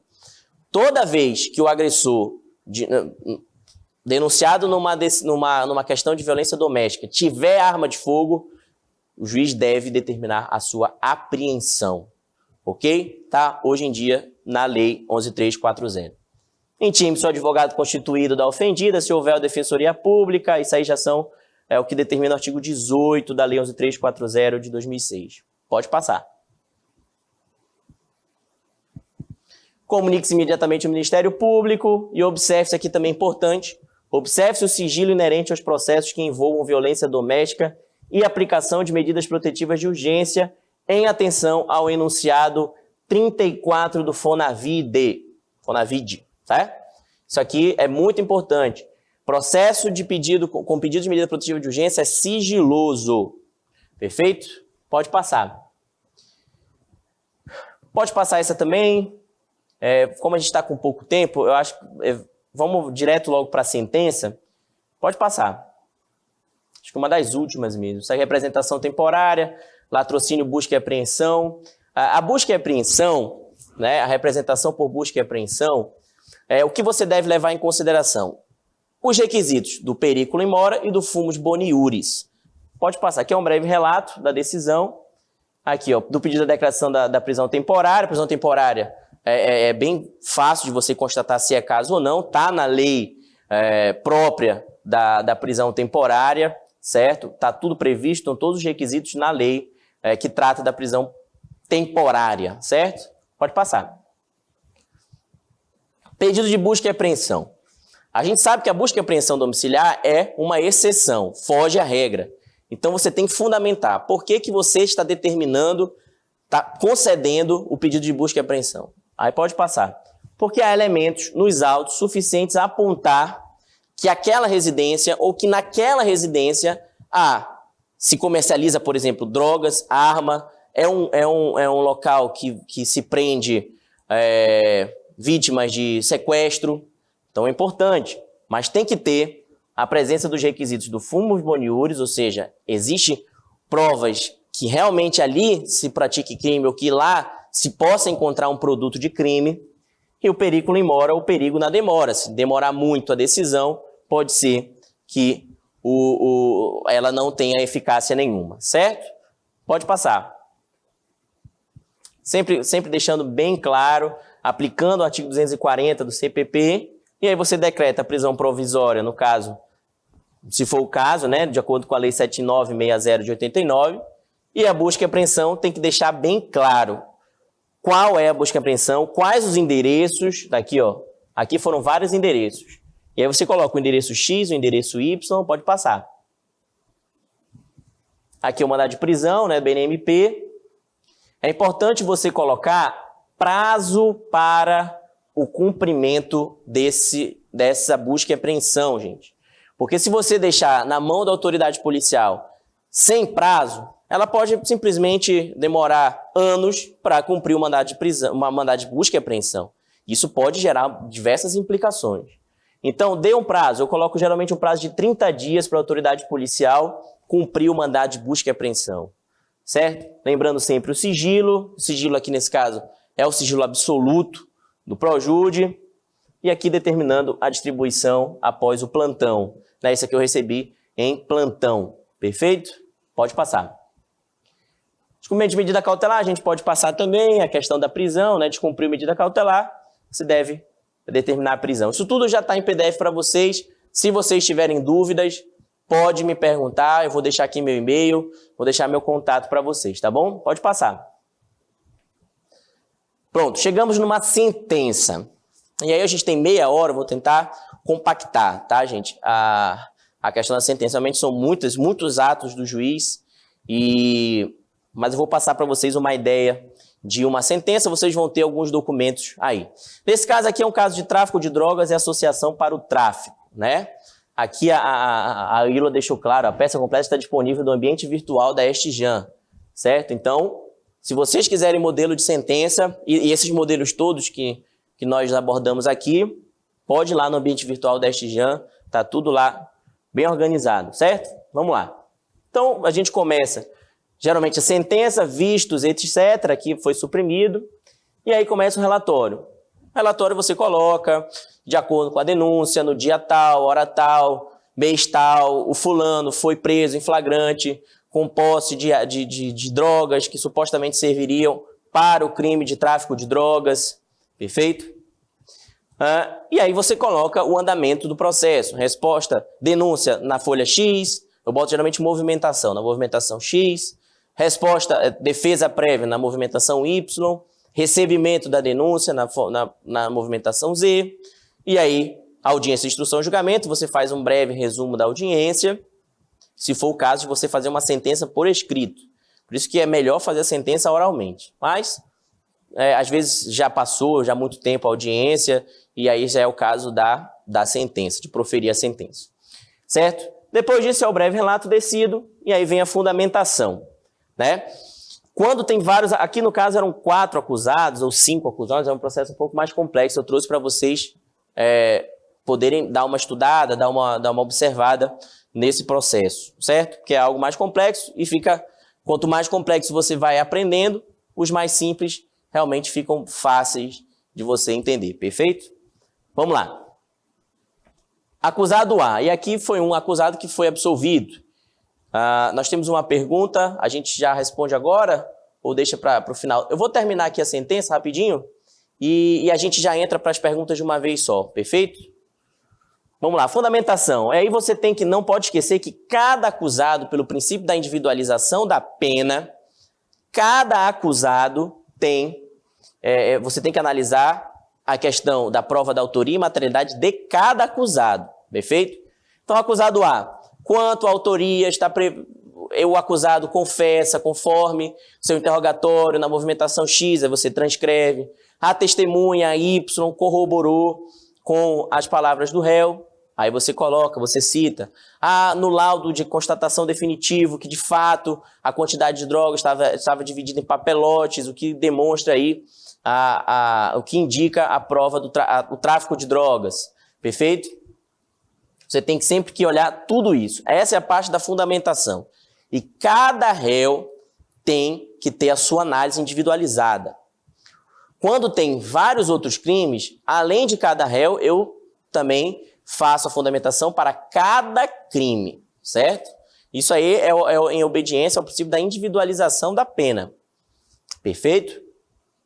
Pode prosseguir. Aqui eu já venho o dispositivo e a dosimetria da pena, tá? Forte entidade de fundamento, julgo procedente em parte a ação penal, porque teve réu que foi absolvido, outros que foram condenados, para absolver fulano das imputações descritas na denúncia.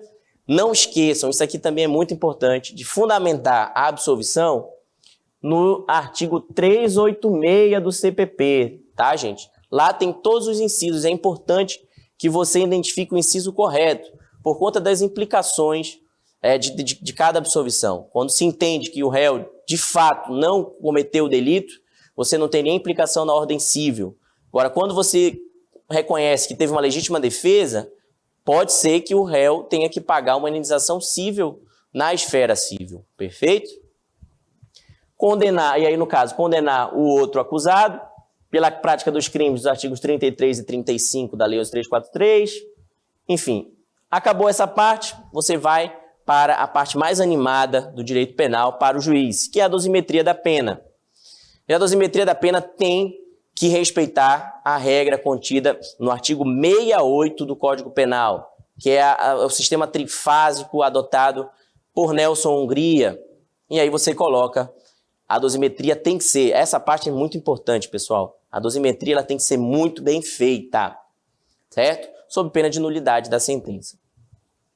Então, por exemplo, acusado X, aqui ficou um pouco suprimido, não sei se a gente tem outra sentença, mas vê a próxima sentença, porque eu acho que essa aqui está muito suprimida. Não sei se eu vou conseguir. Pode passar.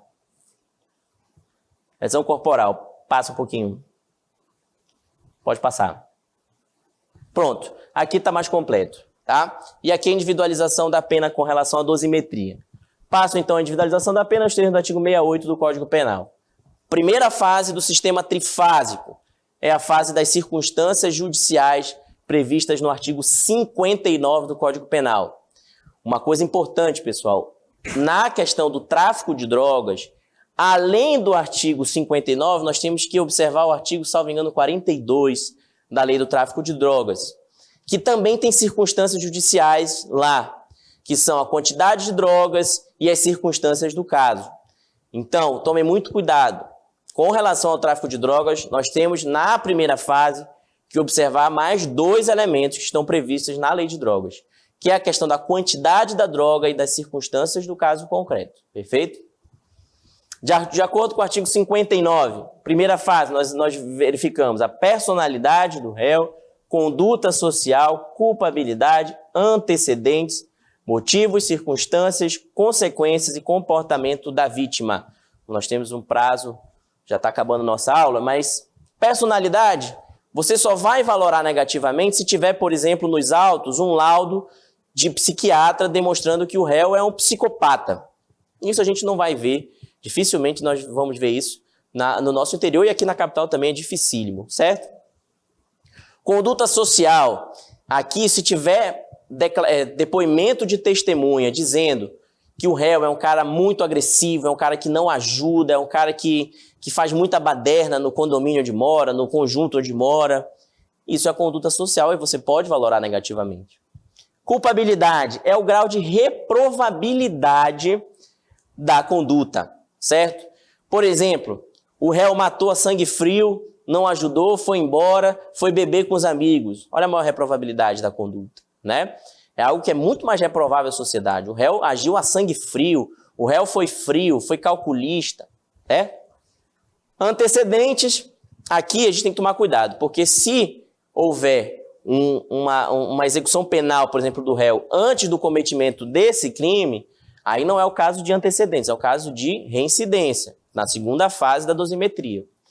Os antecedentes ocorrem quando, por exemplo, o réu pratica dois crimes, um em 2008 e esse aqui em 2019, um em 2018 e esse aqui em 2019. Antes da sentença do de 2019, ele foi condenado por esse crime em 2018 e foi transitado em julgado. Ou seja, ele não é reincidente porque a condenação não foi anterior à prática desse segundo crime, mas ele tem maus antecedentes, certo? Motivos. O juiz pode entender que o motivo foi odioso mesmo, não está previsto como agravante ou como inerente ao próprio tipo penal, e ele entende que o motivo foi realmente, deve ser valorado negativamente. Circunstâncias, todas as circunstâncias que permearam o caso, certo? Tudo que aconteceu no momento do crime, para ser valorado negativamente, o que o réu fez durante aquele crime, após o cometimento do delito, para ser valorado negativamente.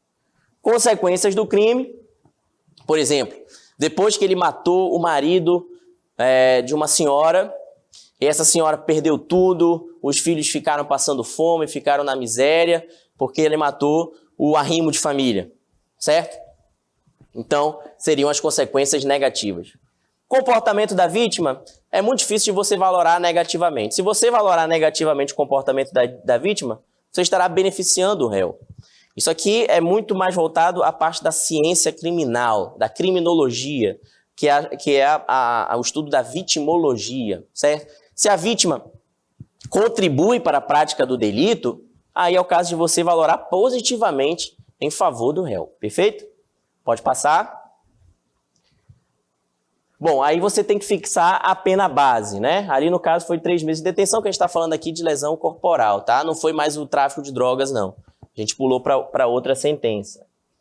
Na segunda fase, você analisa atenuantes e agravantes, que estão previstos no artigo 61, 65 do Código Penal. Por exemplo, atenuantes, atenuante etário, o réu era menor de 21 anos ou maior de 60 anos no momento da proferimento da sentença.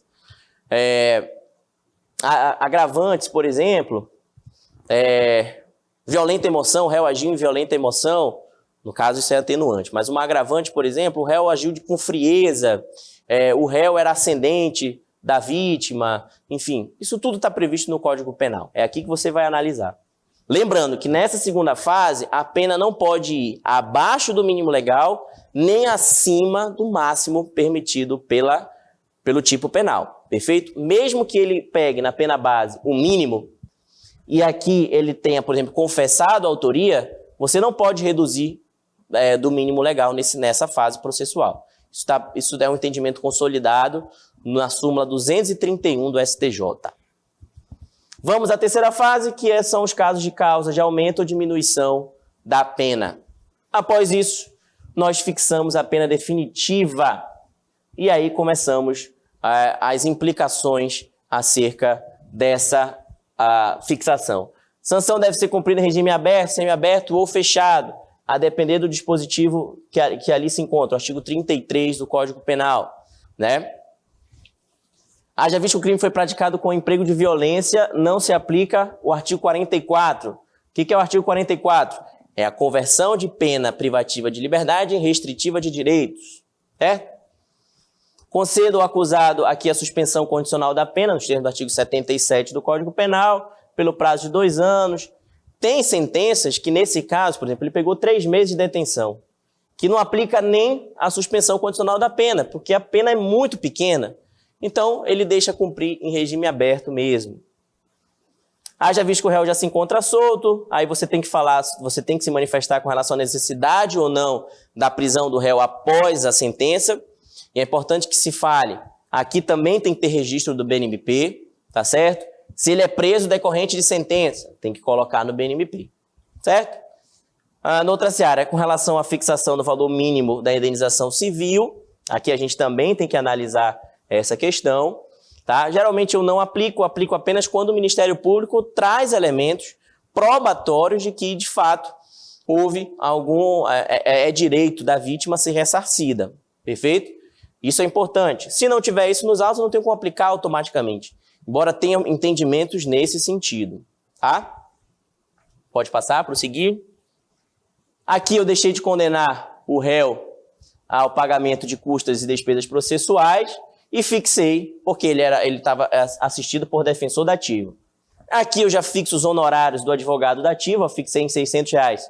Na verdade, aí vai depender muito do colega. Em questões do júri, por exemplo, eu já aplico R$2.500, a depender da complexidade do caso, certo? E sempre lembrando que a Procuradoria-Geral do Estado deve ser cientificada da decisão, certo? Uma vez que não há Defensoria Pública oficiante na comarca. Isso é um problema que agora eu não vou ter mais, a partir do final desse mês, nós teremos Defensoria Pública em Tabatinga. Bom, transitada em julgado a sentença para as partes, determina as seguintes providências, e aqui são as providências finais, né? Aquilo que está previsto no artigo 90, 91, 92 do Código Penal. Extrai-se guia de execução definitiva, não esqueçam disso, isso aqui é importantíssimo para o juízo da execução, tá certo? Oficie ao TRE, a fim de ser promovida a suspensão dos direitos políticos, de acordo com o artigo 15, inciso 3 da Constituição da República. Comunique-se ao cartório distribuidor, autoridade policial e rede Infoseg. Oficie ao Instituto Nacional e Estadual de Identificação e lance o nome do réu no rol dos culpados. Pode passar. Aqui, no caso, como era um caso de violência doméstica, e aqui a vítima pediu a aplicação de medidas protetivas, eu apliquei as medidas, como a gente já conversou. Pode passar. Aqui, não havendo recursos, proceda-se, então, a certificação do trânsito em julgado e o arquivamento dos autos e baixa definitiva no sistema Projude. Ok? Bom, como nós temos dúvida, eu vou deixar esses 15 minutos para questionamentos e qualquer coisa, se a gente tiver mais um tempinho, a gente aborda mais esse modelo. Perfeito? Eu vou sentar, então a gente pode verificar a questão das perguntas. Pode colocar aí a pergunta. Lembrando sempre, pessoal, esses documentos estarão todos disponíveis no ambiente virtual da Estijam. Perfeito? Qualquer dúvida é só entrar em contato comigo. Vamos lá, para a primeira pergunta. Não sei de onde veio, mas talvez tenha a informação depois. Quanto à ordem de oitiva da AIJ, sabe-se que no procedimento ordinário a ordem é vítima, testemunha e interrogado. Quando a secretaria verifica que a oitiva da vítima depende de precatória, pode ser pautada a AIJ para oitiva de testemunhas concomitantemente com a expedição de precatória para oitiva de vítima? Presumindo que as testemunhas serão ouvidas no primeiro, ou expede a precatória e só pauta a AIJ. Pode passar. Só isso a pergunta? Perfeito. Ótima pergunta, tá? É pessoal de Pixuna. Não conheço Pixuna, mas queria mandar um grande abraço para todos e foi excelente a sua pergunta. Bom, o que eu faço? Eu pauto a audiência de instrução e julgamento. Você está fazendo corretamente. Expede a carta precatória para oitiva de vítima, pauta logo a AIJ para ouvir as testemunhas e logo o réu. O que eu faço geralmente nesses casos? Verifico com o promotor de justiça e com o advogado. Isso já na audiência, eu geralmente questiono. Bom, haja vista que a vítima não reside na comarca, indago ao Ministério Público se há algum prejuízo na inversão do procedimento. O Ministério Público nunca se opôs e a defesa também não. Eu indago o Ministério Público, depois a defesa, e aí eu falo, bom, passando então à inversão do procedimento, passo ao depoimento das testemunhas, ou passo desde já ao interrogatório do acusado, e depois se ouve as testemunhas e a vítima. Perfeito sua colocação. Às vezes, quando você faz essa audiência de instrução, o Ministério Público entende que a oitiva da vítima não é mais nem necessária. Entendeu? Então, ele pode até dispensar e a gente até economiza essa carta precatória, que a gente sabe que é muito difícil de cumprir, é o grande drama das nossas metas. Então, perfeito sua colocação, pode sim pautar, pode inverter o procedimento, desde que as partes estejam de acordo. Muito obrigado, pessoal de Ipixuna. Tem mais uma outra pergunta? Não? Perfeito. Então, vamos lá então para nossos modelinhos novamente. Restituição, perfeito. Restituição de bens, isso é importante. Isso acontece muito, a gente fica um pouco perdido com relação ao procedimento. Então aqui eu trouxe um modelo para vocês. Sempre colocando aqui um relatóriozinho, certo? Colocando aqui o nome, qual é o bem apreendido, qual é aqui a marca da moto, no caso, enfim. E aí, eu coloco o resumo do que ele alega, que é terceiro de boa-fé e tudo mais. O Ministério Público deve ser ouvido, nesse caso. E aqui o juiz ele deve especial atenção ao que o Ministério Público requer. Por quê? O Ministério Público é o dominus litis, né? É, entre aspas, o dono da ação penal.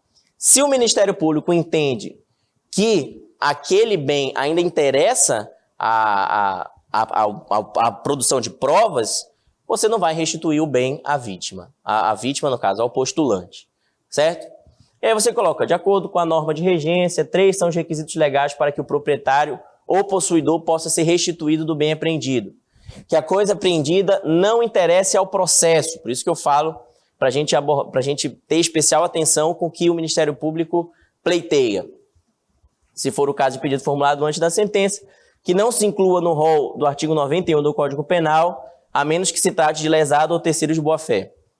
O artigo 91 fala da perda de bens em favor da União. Perfeito?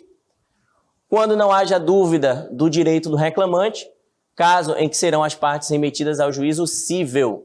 Se houver dúvida, você vai extrair cópia dos autos, vai encaminhar ao juízo cível para que ele se manifeste, para que ele decida acerca da propriedade ou posse daquele bem. Tá? Aliado aos pressupostos supra, necessário se faz também que o requerente comprove ser o proprietário ou possuidor do bem reclamado, certo? E aí, a gente coloca aqui o que determina o artigo 118 do CPP, 119, e aí você coloca que, de fato, todos esses requisitos estão preenchidos, né? Em complemento ao dispositivo citado, reza o artigo 120 do CPP, que a restituição, quando cabível, poderá ser ordenada mediante termo dos autos, desde que não exista dúvida quanto ao direito do reclamante. Nesse caso, foi concedido, e aí foi determinado, então, foi deferida a restituição do veículo e determinado a expedição do auto de entrega, tá? E aí é papel da secretaria. Perfeito? Alguma dúvida com relação a esse modelo? Quanto tempo nós temos? A gente já pode passar para mais um modelo, dá tempo de a gente olhar mais um modelinho? Relação aqui a mais uma sentença de roubo acumulado com corrupção de menor. Uma coisa importante que a gente não conseguiu falar, né? E aí a sentença aqui vai estar para vocês, mas a diferença entre emendatio libelli e a mutatio libelli, certo? Quando na denúncia estiver tudo correto, estiver fundamentado, digamos assim, o Ministério Público apresenta aqui uma denúncia e pede a condenação do réu pelo crime de roubo em concurso e emprego de arma. Só que você verifica que, na verdade, não é um crime de roubo, é um crime de extorsão. Você, juiz, né, vai sentenciar, para sentenciar, tem que ouvir as partes sobre a extorsão? Não. Nesse caso, se tiver narrado, se o juiz se valer da narrativa do Ministério Público para capitular juridicamente corretamente, o que entender correto, pode perfeitamente condenar o réu por crime diverso daquele requerido pelo Ministério Público. Existe o princípio do iure novit curia, o juiz é que dá o direito. Então, por mais que a capitulação jurídica do Ministério Público esteja equivocada, o juiz pode corrigi-la na sentença. Agora, quando, a partir dos elementos colhidos durante a prova, durante a instrução processual, o juiz se convença que o crime é diverso daquele narrado na denúncia, aí ele tem que estabelecer o procedimento, salvo engano, do artigo 384 do CPP, que determina que seja ouvido o Ministério Público para aditar ou não a denúncia. Se o Ministério Público se recusar, aplica-se o artigo 28, manda-se ao Procurador-Geral de Justiça. Depois se ouve novamente a defesa, se pauta uma audiência e aí sim se profere a sentença. Perfeito? Com relação a essa sentença, eu só queria chamar a atenção para vocês em relação aos crimes de roubo e corrupção de menores. Cuidado com a questão do concurso, tá? Aqui é o caso de concurso material, corrupção de menores e roubo, é o entendimento da jurisprudência, e aí você aplica aquela regra dos artigos 70 e seguintes do Código Penal.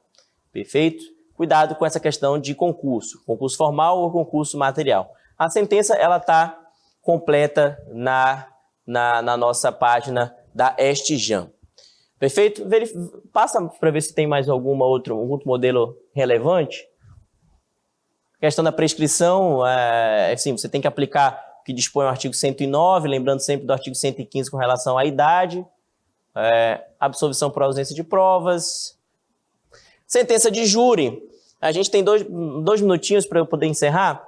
Bom, a sentença de júri é simples. A gente vai fazer um relatório. Após o relatório, o que eu faço, né?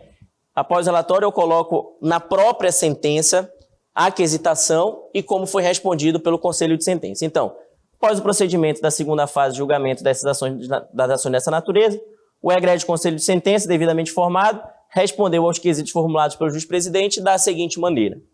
Coloca a materialidade, geralmente defesa e acusação não tem divergência em relação à materialidade, pede para suprimir quando da quisitação. Pode passar.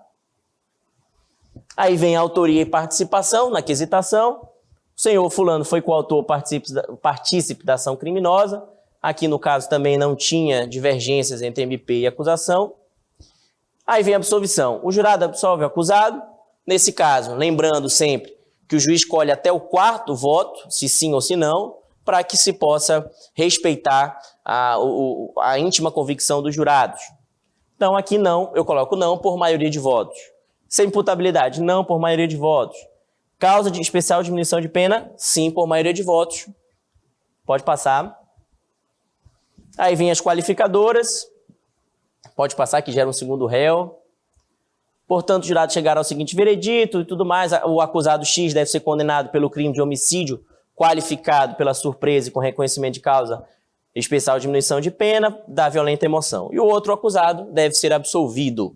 Pode passar. Chegando aí ao final, aqui a gente coloca a parte positiva normal e aqui a fase da dosimetria da pena normal corretamente. Temos mais uma pergunta? Pode colocar na nossa tela. Bom dia, doutor. Poderia me informar qual o prazo de validade exato da medida protetiva de urgência? Vamos lá. O prazo de validade, não existe um dispositivo legal fixando o prazo é até dia X até dia Y, certo? O que se aplica, em regra, é o prazo de 10 meses, né? Isso aqui a colega titular da Vara de Violência Doméstica, quando nos deu aula no curso de formação, ela, olha, eu aplico 10 meses, realmente a jurisprudência entende como razoável o prazo de 10 meses para medida protetiva. Agora, tem colegas que aplicam prazos menores. Inclusive, conversei com um grande amigo meu que é juiz, ele aplica o prazo de 6 meses.